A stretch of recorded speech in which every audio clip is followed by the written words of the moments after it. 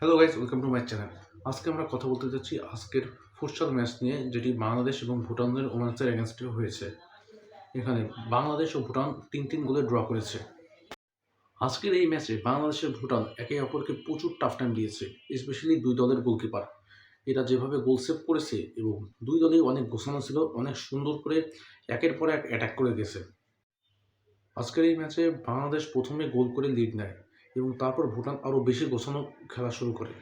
আগে গোছানো ছিল না বিষয়টা তাও না, কিন্তু তারপরে আরও বেশি গোছানো হয়। বাংলাদেশ যে অবস্থান ছিল বিষয়টা তাও না, এবং তারপরে ভুটান ব্যাক টু ব্যাক ৩টি গোল দিয়ে দেয় এবং তারপরে বাংলাদেশের অবস্থা একটু পিছনের দিকে চলে আসে। কিন্তু তারপর লাস্ট মোমেন্টে বাংলাদেশ আরও ২টি গোল করে কামব্যাক করে। ভুটানের সাথে ড্র করাটা একটু অসন্তুষ্টজনক হলেও বাংলাদেশ ম্যাচটি হারতে চলেছিল, সেখান থেকে কামব্যাক করে ড্র করেছে, সেটি অবশ্যই অনেক গুরুত্বপূর্ণ। এবং হেরে গেলে সেটি আরও খারাপ হতো টিমের জন্য। ভুটান আজকে বাংলাদেশকে সেম লেভেলের টাফ টাইম দিছে। তার আরেকটু কারণ হতে পারে, কারণ বাংলাদেশের এই প্লেয়াররা ভুটানের লিগেই খেলে এবং তারা মুভমেন্ট সম্পর্কে সব জানে, কোন প্লেয়ার কীভাবে মুভমেন্ট করবে, কীভাবে তাদের ক্যাপাসিটি, সব বিষয় তারা ভালো করেই জানে এবং সেজন্য এদেরকে ট্যাকেল করা অনেক ইজি হয়ে গেছে। এখন যা হওয়ার তা তো হয়ে গেছে, এটা নিয়ে আর কিছু করা যায় না।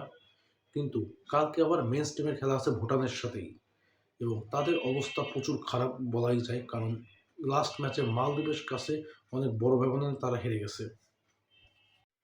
সো আমরা আশা করতে পারি তারা কালকের ম্যাচে কামব্যাক করবে এবং পয়েন্ট টেবিলে টিকে থাকবে। আজকের ভিডিওটা এই পর্যন্তই। আশা করি ভিডিওটা ভালো লাগছে। ভালো লাগলে অবশ্যই একটি লাইক করে দেবেন এবং চ্যানেলটিকে অবশ্যই সাবস্ক্রাইব করে দেবেন। Thank you so much for watching.